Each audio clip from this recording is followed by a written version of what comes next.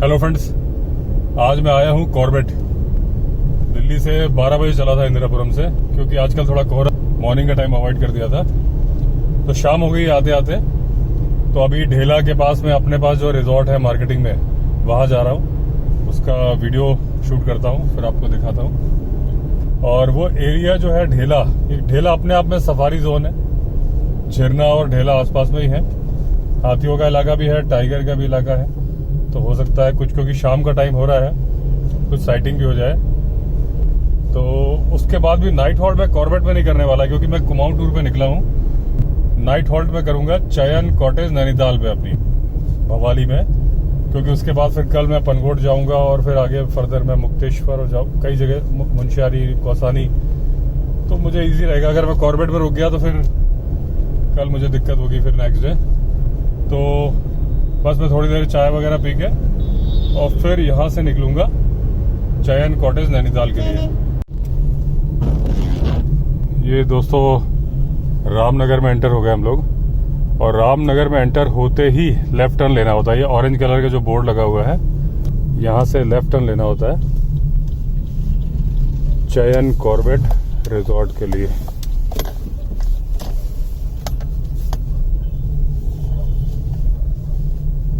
अब यहाँ से जाना है 12 किलोमीटर। ये गांव का एरिया खत्म हो गया और अब ये जंगल आ रहा है, कॉर्बेट ढेला रेंज का जंगल। गांव के लोग सब जो है अपना वॉक पे निकले हुए हैं, और ये इधर रिवर है। आज पूरा फॉगी वेदर हो रहा है इधर काशीपुर के आगे से। पहले तो बीच में धूप थी, लेकिन जब मैं चला तो इंदिरापुरम में भी धूप आ गई थी, लेकिन काशीपुर के बाद से फिर धूप नहीं मिली है। इस गांव का नाम है सावलदे, और ये फॉरेस्ट का बैरियर है यहाँ पे। ढेला यहाँ से 4 किलोमीटर है। अभी हवा में मॉइस्चर इतना है कि हल्की हल्की ड्रॉपलेट जमा हो जाती है कांच के ऊपर। बारिश नहीं हो रही है, लेकिन थोड़ी देर में ही हल्की ड्रॉपलेट जमा हो जाती है। यहाँ पे रात को ड्राइव करेगा अगर कोई, तो साइटिंग होती ही होती है। हाथी, टाइगर, डियर, ये जानवर बहुत मिलते हैं रात को। इस टाइम तो नहीं मिल, जितनी जिप्सीज हैं सब लौट रही हैं सफारी करा के। सामने से बार बार जिप्सी पास हो रही हैं। वो सामने एक जिप्सी आ रही है। ये सब जो ढेला और झिरना सफारी जोन के लिए गए थे, वो लोग लौट रहे हैं।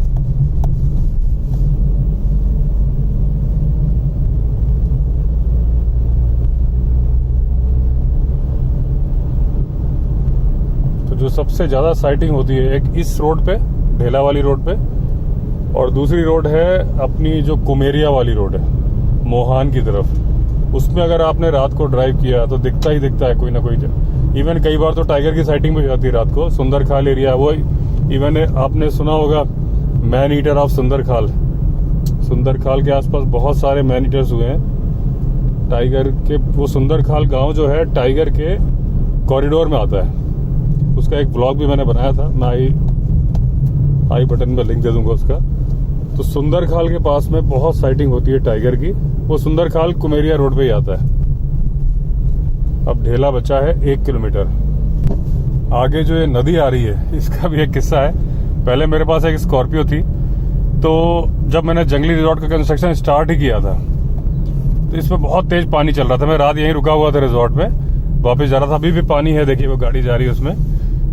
तो इसमें एक लहर सी है बीच में। एक मैं कांच के बाहर निकालता हूँ, या यहीं से फिर साउंड। ये जो पानी आ रहा है ना, इसमें देखिएगा यहाँ पे इस जगह पे एक लहर है। ये सीमेंट की ये लहर है। तो मैं गाड़ी वहां खड़े करके बैठा था, तो हिम्मत नहीं हो रही थी गाड़ी डालने की। तो एक जिप्सी निकली, उसमें 6-7 लोग थे। तो फिर मैंने कहा जिप्सी निकल गई तो स्कॉर्पियो तो निकल ही जाएगी। फैमिली थी गाड़ी में साथ में, तो मैंने फिर गाड़ी डाल दी। लेकिन जैसे ये लहर आई, एकदम से गाड़ी डाउन हुई। मुझे लगा बहने जा रही, एकदम घबरा गया मैं। लेकिन फिर वो लहर थी, कुछ था नहीं, वो मतलब सीमेंट की लहर थी, इसलिए ऐसा गाड़ी ने लूम लिया। लेकिन 2 मिनट के लिए मेरी जान निकल गई। मैंने कहा लगता है गाड़ी जा रही है नीचे रपटा के। ये सामने झिरना गेट है, हम लेफ्ट मुड़ेंगे अपने चयन कॉर्बेट रिजॉर्ट के लिए। तो जो हमारा रिजॉर्ट है वो एक तरफ से ढेला गांव में खुलता है और एक तरफ से जंगल में खुलता है। जैसे जंगली रिजॉर्ट में जानवरों की आवाजें आती रहती है, वैसी ही आवाजें यहाँ पे भी आती है। हाथियों की आवाज रात को आती ही रहती है। अच्छा, ये जो गांव है ढेला गांव, इसमें बहुत सारी खेती भी होती है। आप देख रहे हैं यहाँ पे खेत हैं, रिजॉर्ट भी बहुत सारे हैं, आबादी भी बहुत है। तो इस गांव को गवर्नमेंट ने इलेक्ट्रिक फेंसिंग से कवर किया है। चारों तरफ से ये गांव इलेक्ट्रिक फेंसिंग से कवर्ड है, ताकि हाथी ना आ पाए, जानवर ना आ पाए। और वही इलेक्ट्रिक फेंसिंग जो है हमारे रिजॉर्ट से होके गुजरती है, क्योंकि हमारा रिजॉर्ट भी बिल्कुल गांव के एंड पे ही है। जंगल और गांव के एंड पे रिजॉर्ट है, तो वो इलेक्ट्रिक फेंसिंग हमारे रिजॉर्ट के वहां से आती है। और मैंने एक बार एक दूसरे वीडियो में बताया था कि मैंने हाथी को तोड़ते हुए देखा इलेक्ट्रिक फेंसिंग। पेड़ की डाल लेके उसको सूंड से उठा के इलेक्ट्रिक फेंसिंग पे मार के हाथी तोड़ लेता है। उसे पता है कि इसमें करंट नहीं लगेगा। हालांकि इलेक्ट्रिक फेंसिंग में इतना ज्यादा करंट होता भी नहीं है, वो इतना करंट नहीं होता कि जानवर मर जाए, बस उसको झुंझुनी आए और उसको डर लगे, बस इसलिए बनाया जाता है। उससे कोई जानवरों को नुकसान नहीं होता। कभी भी इलेक्ट्रिक फेंसिंग में कोई भी जानवर चिपक के मरता नहीं है, झटका लग के छोड़ती है वो। फेंसिंग दिखाने के लिए आपको गांव के बाहर ही आ गया, ये दिख रही ना, ये इलेक्ट्रिक फेंसिंग है। और ये जंगल है, अच्छा घना जंगल है और एकदम जंगल से लगा हुआ गांव है। ये लिखा है कॉर्बेट टाइगर रिजर्व, सावधान, ये सौर ऊर्जा तारबाड़ सार्वजनिक संपत्ति है। इसकी क्षति पहुंचाने पर भारतीय अधिनियम धारा 63 के अंतर्गत 2 वर्ष की कठोर कारावास या 5,000 रुपए जुर्माना दोनों हो सकते हैं। तो ये गवर्नमेंट का बोर्ड लगा हुआ है। और ये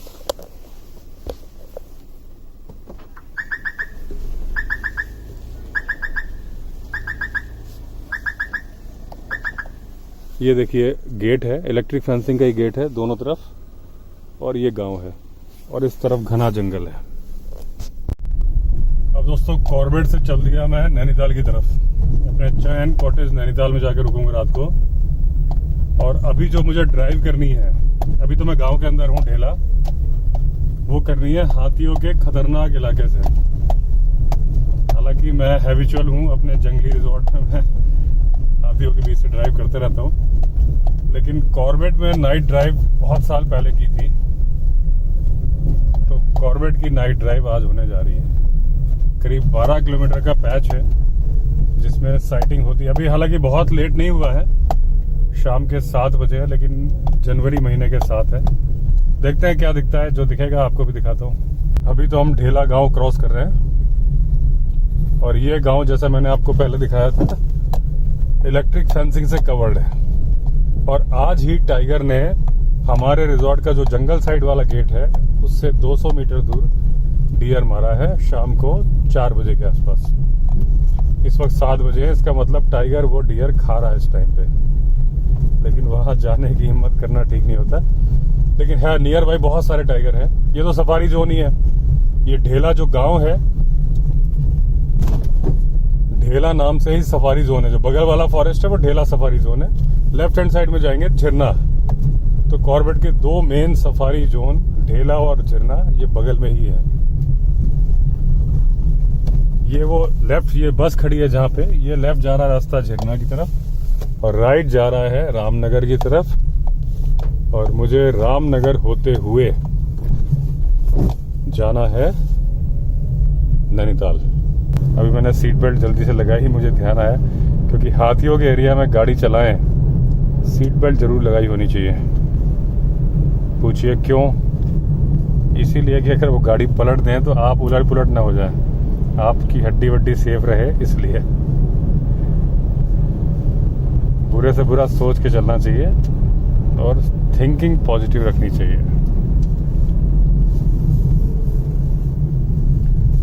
और हाथी को छोड़ के दूसरा कोई जानवर से तो डर है नहीं। अगर टाइगर इस वक्त हमारे सामने आ जाएगा कुछ भी नहीं होगा, जरा सा भी डरने की बात नहीं है लेपर्ड टाइगर से, क्योंकि वो अपने रास्ते चला जाएगा। डरने की जरूरत होती है केवल हाथी से, क्योंकि वो इतने बड़े हैं कि गाड़ी को एक ठोकर में पलट सकते हैं। लेकिन जब आपके सामने हाथी आ जाए तो एकदम घबराइए मत। मैं अपने सारे वीडियो में बोलता हूँ, मेरे साथ सामने तो बहुत बार आए हैं और मैं इस वक्त भी अकेला हूँ गाड़ी में। ये देखिए रात को मैं गाड़ी ड्राइव कर रहा हूँ, गाड़ी में पीछे की सीट में भी कोई नहीं है, साइड की सीट में लैपटॉप रखा हुआ है, पीछे की सीट्स भी खाली है। तो मैं इस वक्त एक कॉर्बेट के घने जंगल में भी गाड़ी अकेले चला रहा हूँ, राजा जी के घने जंगल में भी अकेले ही चलाता हूँ। 90% जब मैं ट्रैवल करता हूँ तो मैं अकेला सोलो ट्रैवलर होता हूँ। तो जब आप अकेले हों या कई लोग हों तो मैं हमेशा बताता हूँ क्योंकि मुझे एक्सपीरियंस है वाइल्ड लाइफ का। मैं 9 साल की उम्र से वाइल्ड लाइफ सफारी कर रहा हूँ। मैंने पहली बार जब मैं 9 साल का था तब टाइगर देखा था पन्ना नेशनल पार्क में। मेरे फादर पोस्टेड थे वहाँ पे, तो गर्मी की छुट्टियों में फादर जाते थे कोई कहीं टूर वगैरह पे, तो मैं साथ में चला जाता था। तब मैंने देखा था, तो वो भी रात को। तब से वाइल्ड लाइफ का चस्का लगा। उसके बाद बांधवगढ़ नेशनल पार्क और पन्ना नेशनल पार्क में इतना टाइम बिताया, तो बचपन से मुझे वाइल्ड लाइफ की बहुत जानकारी थी। इसीलिए मैं वाइल्ड लाइफ के पीछे भागता रहता हूँ। इसीलिए मैंने जंगल में जमीन खरीद के जंगली रिजॉर्ट बनाया, क्योंकि मुझे वाइल्ड लाइफ बहुत पसंद है।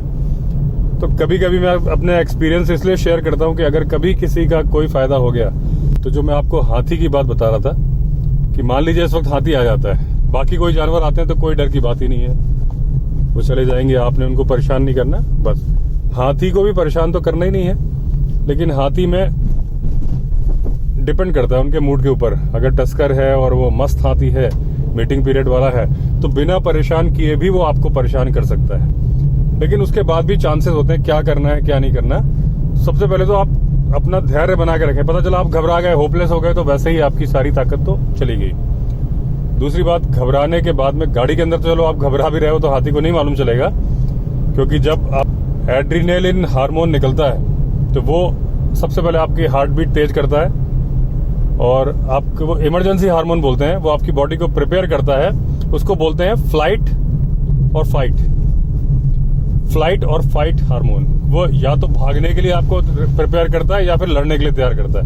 तो किसी भी चीज को आपको तैयार करना है, गाड़ी में जान डालनी है, एक्सीलेटर दबाना पड़ेगा। इसी तरह से बॉडी में जान डालनी है तो हार्ट बीट तेज करनी पड़ेगी, ताकि ब्लड तेज तेज चले और आपकी बॉडी एक्टिव हो जाए। तो वो हार्मोन जो है हार्ट बीट तेज करता है, और हार्ट बीट तेज करने से पसीना आता है, और उस पसीने में मिक्स होकर वो हार्मोन बाहर आ जाता है। और जो भी जानवर, चाहे वो कुत्ता हो, चाहे लेपर्ड हो, चाहे वो हाथी हो। अभी बैरियर बंद हो गया था फॉरेस्ट का, लेकिन मेरी गाड़ी तो निकल गई नीचे से, बाकी गाड़ियां खुलने का इंतजार कर रही हैं। तो वो जो हार्मोन है पसीने से बाहर आ जाता है और जानवर सूंघ लेता है। अब जब जानवर को मालूम चल जाता है कि आप डर रहे हो, अगर आपके सामने कोई लड़ने आया और वो डर रहा है, तो आपकी ताकत तो दुगनी हो जाती ना, कि यार वो तो हिम्मत ही हार गया। बस वही सीन होता है कि आप जिस लड़ाई को जीत सकते थे वो आप हार जाते हैं, क्योंकि सामने वाले को मालूम चल गया कि आप उससे डर रहे हैं। तो सबसे खैर अपने हाथ में नहीं होता डरना ना डरना, लेकिन अगर ये सारी बातें आपको पता होंगी तो अपने ध्यान को आप डाइवर्ट करोगे कहीं और, ताकि वो पसीना ना आए। गाड़ी के अंदर ठीक है, गाड़ी में कांच बंद है तो हाथी को नहीं सूंघ पाएगा। बाहर अगर आप सामने होते हो और आपका हार्मोन एड्रेनलिन हार्मोन बाहर निकल आता और हाथी सूंघ लेता, तो आपको वैसे ही वो कुछ ना कुछ करता आपके खिलाफ, उठा के पटक देता और क्या करता। खिलाफ करने में हाथी ने क्या करना है। लेकिन जब आपका फाइट और फ्लाइट हार्मोन है, तो फाइट तो आप हाथी से कर नहीं सकते, लेकिन फ्लाइट तो कर सकते हो। और फ्लाइट करने का तरीका क्या है वो मैं आपको बता रहा हूँ कि सबसे पहले तो आपके सामने जब हाथी आ जाए, कि हम गांव निकल के आ गए, तो अब फिलहाल हमें हाथी नहीं मिलने वाला है इस एरिया में अभी। हालांकि जब हम नैनीताल जाएंगे तो बैल पड़ाव वाला रूट आएगा और काला डूंगी वाला रूट आएगा, उस पर भी हाथी मिलते हैं। तो दोस्तों ये बता रहा था कि जब हाथी आपके सामने आ जाए इन केस, सबसे पहले तो आपने प्रोवोक नहीं करना, धीरे धीरे बैक ऑफ करना है। अगर वो हर्ड है, आपके धीरे धीरे बैक ऑफ करने पे वो समझ जाएगा कि आप उसके लिए खतरा नहीं हो, क्योंकि हर्ड में डोमिनेंट होती है फीमेल, और उनका एक पर्पस होता है कि बच्चे बचाना। बस उनको जैसे ही मालूम चल जाएगा कि आप उनके बच्चों के लिए खतरा नहीं हो, वो आपके लिए खतरा नहीं है। जो मेल होते हैं ग्रुप में वो 15-16 साल के होते हैं, वैसे बदमाश से थोड़ा सा उछल कूद करने वाले, लेकिन इतने वायलेंट नहीं होते कि वो आपको नुकसान करे। नुकसान करता है टस्कर। टस्कर भी नॉर्मल डेज में नहीं करता, मस्त पीरियड में करता है, जब वो मीटिंग के लिए होता है। तो उस पीरियड में आप जब धीरे धीरे बैक ऑफ करोगे, तो वो अगर आपने सडनली बैक ऑफ किया ना, तो वो एकदम से चार्ज करेगा। टाइगर के भी जो किल होते हैं, मैन ईटर टाइगर होते हैं, उसका 90% क्या होता है कि जब आप तेजी से भागते हो ना, अगर आप कुत्ते को भी देखोगे, गाड़ी तेजी से लेके निकलोगे तो एकदम से पीछे भागने की उसकी टेंडेंसी होती है। वही टाइगर जानवर तो उसी तरह का है। कई बार ऐसे एरिया जहां पे पैदल चलने पे टाइगर ने अटैक नहीं किया है, वहां जो साइकिल राइडर होते हैं उनके पीछे टाइगर दौड़ पड़ता है, क्योंकि उसको मजा आता है भागने में, पीछा करने में, उसको एक एडवेंचर लगता है। ये हम पुल पे आ गए, झिरना जोन वाला। तो जब आप तेजी से भागोगे तो जिसके भी सामने भागोगे वो तेजी से भागेगा। अगर आप धीरे धीरे हटोगे, हालांकि आपकी निगाह उस पर होगी टस्कर, अगर वो सडनली भाग रहा है तो फिर तो तेजी भागना है और क्या करोगे। लेकिन वैसे भाग के आप रिवर्स में तो भाग सकते नहीं, हाथी पकड़ लेगा आपको। उस वक्त करना क्या है आपको, सबसे पहले जब हाथी आपके पास आ रहा है तो आपको अपने एक्सीलेटर को बहुत जोर जोर से दबाना है, ताकि गुर्राहट की आवाज गाड़ी निकाले। गुर्र गुर्र, जो डीजल गाड़ी तो बहुत अच्छी बात है, पेट्रोल है तो भी निकालेगी। तेज आपको देना है एक्सीलेटर। जब वो पास आएगा, एकदम ही नहीं रुकना है, एकदम जब पास में आ जाएगा, आपकी गाड़ी से 10 मीटर दूर है, फिर आप बहुत जोर से गाड़ी का एक्सीलेटर दबा के और पूरी ताकत से हॉर्न दबाइए। हॉर्न तभी दबाइए जब वो एकदम पास आ गया हो। अगर वो दूर है और आपने हॉर्न दबाया तो वो फिर उल्टा इरिटेट हो जाएगा और नहीं अटैक करने वाला होगा तो अटैक कर देगा। लेकिन जब वो पास आ ही चुका है, वो अटैकिंग मोड में है, कोई चारा ही नहीं है, तो वो क्योंकि उसके कान बहुत बड़े होते हैं और हाथी को सुनाई देता है बहुत तेज, वो जो आपने सडनली ब्लो किया हॉर्न, वो उसको बहुत ज्यादा उसके ब्रेन पे स्ट्राइक मारता है। गाड़ी की साउंड तो थी तेज, वो फिर एकदम इरिटेट होकर वापस उल्टा भागता है। और जोर जोर से आप, अगर आप जोर से आप हल्का सा कांच खोला हुआ है या ओपन जिप्सी में है तो आप चिल्लाइए जोर से, है ऐसा करके साउंड करेंगे, फिर वो भागेगा। तो इस तरह से आप हाथी से बच सकते हैं। रेलवे क्रॉसिंग बंद है, अब ट्रेन जाएगी तब निकलते हैं यहाँ से।